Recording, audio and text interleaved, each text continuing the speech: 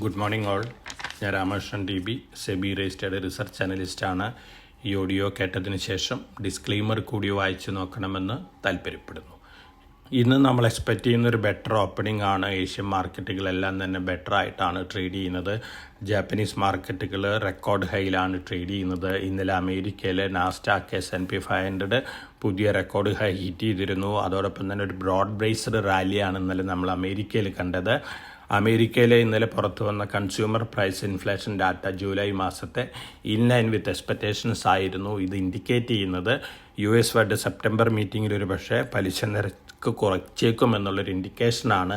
അതിൻ്റെ ഒരു positive impact ആണ് ഇന്നലെ അമേരിക്കയിൽ കണ്ടത്. അതോടൊപ്പം തന്നെ യൂറോപ്പ് ബെറ്റർ ആയിരുന്നു. ഇന്നലെ ഏഷ്യൻ മാർക്കറ്റുകൾ മെജോറിറ്റി ഇന്നലെ ബെറ്റർ ആയിരുന്നു. നമ്മളെ സംബന്ധിച്ച് ഇന്നലെ വൊളാറ്റിലിറ്റി ഒക്കെ ഉണ്ടായിരുന്നു. അതിനുശേഷം വീക്കായിട്ടാണ് ക്ലോസ് ചെയ്തിരുന്നത്. കമോഡിറ്റികൾ നോക്കുകയാണെങ്കിൽ ഗോൾഡ് ഇന്ന് മോർണിംഗിൽ ബെറ്റർ ആയിട്ടാണ് ട്രേഡ് ചെയ്യുന്നത്. $3,354 പെർ ഔൺസിനാണ് സ്പോട്ട് ഗോൾഡ് ട്രേഡ് ചെയ്യുന്നത്. ബ്രൻഡ് ക്രൂഡ് ഓയിൽ ഒഴികെ മറ്റെല്ലാ കമോഡിറ്റികളും ഇന്ന് ബെറ്റർ ആയിട്ടാണ് ട്രേഡ് ചെയ്യുന്നത്. ഫോറിൻ പോർട്ട്ഫോളിയോ ഇൻവെസ്റ്റേഴ്സ് ഇന്നലെയും നമ്മുടെ മാർക്കറ്റിൽ സെല്ലേഴ്സ് ആയിരുന്നു. 3,398 കോടി രൂപയ്ക്കുള്ള സ്റ്റോക്കുകൾ വിറ്റിട്ടുണ്ട്. പക്ഷേ നമ്മുടെ ഫണ്ടുകൾ ഡൊമസ്റ്റിക് ഇൻസ്റ്റിറ്റ്യൂഷൻസ് 3,507 കോടി രൂപയ്ക്കുള്ള സ്റ്റോക്കുകൾ വാങ്ങിയിട്ടുണ്ട്. കണ്ടിന്യൂസ് ആയിട്ട് 27ാമത്തെ ദിവസമാണ് നമ്മുടെ ഫണ്ടുകൾ വാങ്ങുന്നത്. അതോടൊപ്പം തന്നെ ഇന്ത്യയിലെ ജൂലൈ മാസത്തെ കൺസ്യൂമർ പ്രൈസ് ഇൻഫ്ലേഷൻ ഡാറ്റ ഇന്നലെ പുറത്തു വന്നിരുന്നു. 1.55% കഴിഞ്ഞ 8 വർഷത്തെ ലോവസ്റ്റ് ഫിഗറാണ്. ഇത് പോസിറ്റീവായിട്ടുള്ള ന്യൂസാണ് ഇന്ത്യൻ മാർക്കറ്റിനെ സംബന്ധിച്ചും ഇന്ത്യൻ എക്കണോമിനെ സംബന്ധിച്ചും നോക്കുകയാണെങ്കിൽ.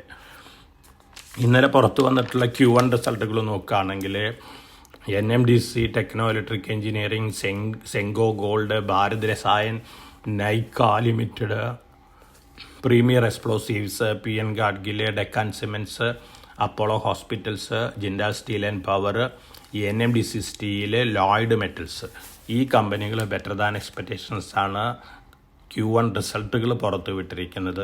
അതോടൊപ്പം തന്നെ ഇന്നലെ ഓപ്പൺ ചെയ്തിട്ടുള്ള റിഗാൽ റിസോഴ്സസ് IPO ഫസ്റ്റ് ഡേ തന്നെ 5.9 times ഓവർ സബ്സ്ക്രൈബഡ് ആണ്. നമ്മൾ ഇൻവെസ്റ്റേഴ്സിനെ സജസ്റ്റ് ചെയ്തിട്ടുള്ളൊരു IPO കൂടിയാണ്.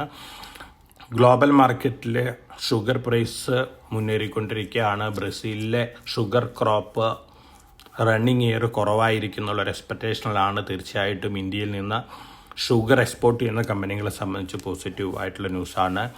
സുസ്ലോൺ ഒരു ബിഗ് ഓർഡർ ബാഗ് ചെയ്തിട്ടുണ്ട് ടാറ്റ പവറിൽ നിന്ന്. തീർച്ചയായിട്ടും സുസ്ലോണിനെ സംബന്ധിച്ച് പോസിറ്റീവ് ആയിട്ടുള്ള ന്യൂസാണ്. L&T 15,000 കോടി രൂപ ഓർഡർ ബാഗ് ചെയ്തിട്ടുണ്ട് അഡാനി പവറിൽ നിന്നാണ്. പോസിറ്റീവ് ന്യൂസാണ് L&Tനെ സംബന്ധിച്ച്. BEMൽ 1,888 കോടി രൂപ ഓർഡർ ബാഗ് ചെയ്തിട്ടുണ്ട്. റെയിൽവേ റിലേറ്റഡ് ഓർഡറാണ്. പോസിറ്റീവ് ന്യൂസാണ്. Senores pharma positive news flows ഉണ്ട്. അതുപോലെ തന്നെ സിർമ SGS QIP കംപ്ലീറ്റഡ് ആക്കിയിട്ടുണ്ട്. 699 രൂപ പെർ ഷെയറാണ് അലോട്ട്മെൻറ്റ് വന്നിരിക്കുന്നത്. സിർമ SGSനെ സംബന്ധിച്ച് ലോങ് റണ്ണിൽ പോസിറ്റീവ് ആയിട്ടുള്ള ന്യൂസാണ്.